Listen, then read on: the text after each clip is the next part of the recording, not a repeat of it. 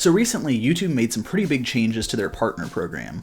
If you don't have at least 1,000 subscribers and 4,000 yearly hours of watch time, you can no longer make money from ads on YouTube. Love it or hate it, it's probably here to stay. So what does that look like for smaller channels like myself? Today, I want to look at what changed and what smaller channels can do to make money on YouTube. I'm Jason, aka Maslin Monty. Let's get started. First of all, what does the partner program do? It allows channels to run ads before and during their videos, allowing content creators to monetize. While the amount of money varies on a lot of factors, the general rule of thumb is about $1 for every 1,000 monetized views.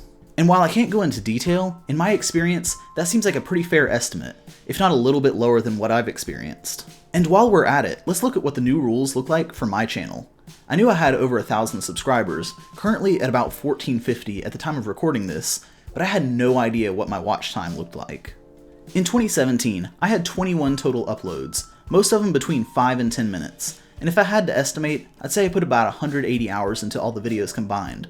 As it turns out, I had a little over 22,000 hours of watch time last year. So I hit the threshold to remain in the partner program, but let's say I lost my status. What would the changes look like for my channel? First up, monetization. This seems to be the biggest thing that people are up in arms about, like how am I supposed to make money on my channel now? And to that, I say nothing's really changed. I've been doing YouTube for almost 2 years and been monetized for over a year, and just now, I'm starting to make enough from YouTube to be the equivalent of one paycheck from my day job. I'd make way more per hour working minimum wage than I do making YouTube videos. If you're doing YouTube for the money, you're doing it wrong. You do YouTube because you love it. The money's just a nice bonus. If I was kicked out of the partner program, I'd be way more upset about losing the other benefits. The biggest being exposure. If YouTube can get paid to show an ad before a video, they'll show that video to more people.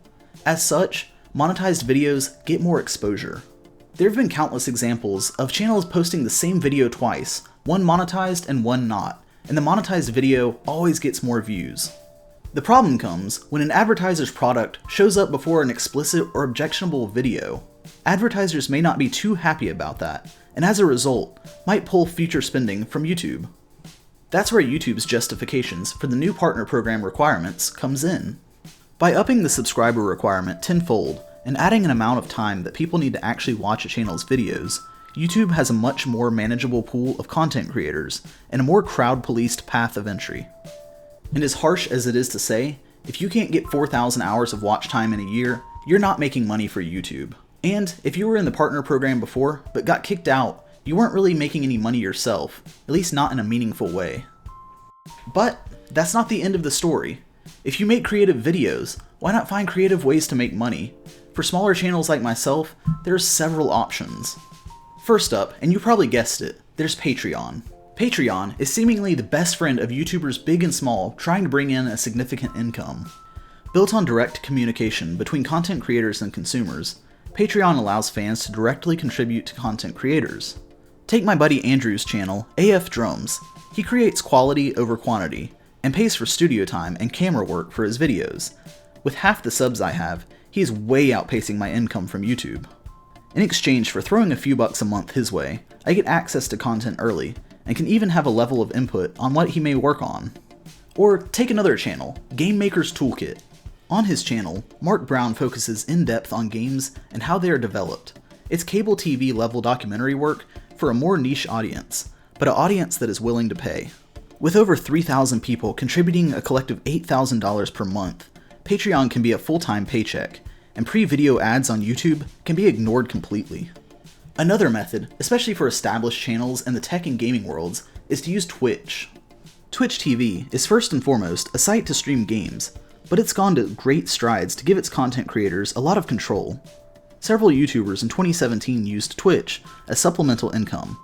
For instance, H3H3 hosts their podcast on Twitch, and several other YouTubers as a place to hang out directly with their fans and respond to questions live. Twitch allows you to make money by people paying to subscribe to your channel. YouTube has a similar feature with live streams, but you just lost the feature to monetize it if you got kicked out of the partner program. Finally, the last and potentially most interesting way to monetize your content comes in the form of a new web browser. Now, to be fair, this is up to your watchers to support you, but in the past week, I came across the Brave web browser. Brave is a web browser designed to be lightweight and block ads by default. I actually really like the design, and am super impressed with the speed of it in the short time I've used it, but that's not why we're talking about it. Have you ever heard of Bitcoin? Well, stupid question, of course you have. But Brave introduced their own coin as well, and anyone who downloads the browser now can claim a little bit of it. However, the really interesting thing is that the Brave browser will track your time spent on different sites.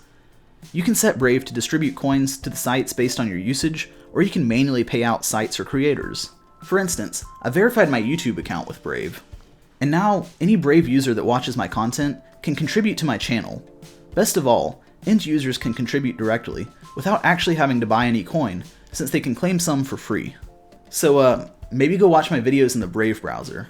Nah, I'm just kidding. But really, I think it's a really smart idea that users can see how they spend their time online, and directly contribute to the sources that they spend a lot of time on. I hope this was really helpful for you, and gave you a little more insight to the struggle for smaller channels. And if I missed any ways on YouTube to make money, let me know in the comments below. Please. Anyway, I'm Jason, aka Maslin Monty. Like and subscribe if you enjoyed this, and I'll see you in the next one.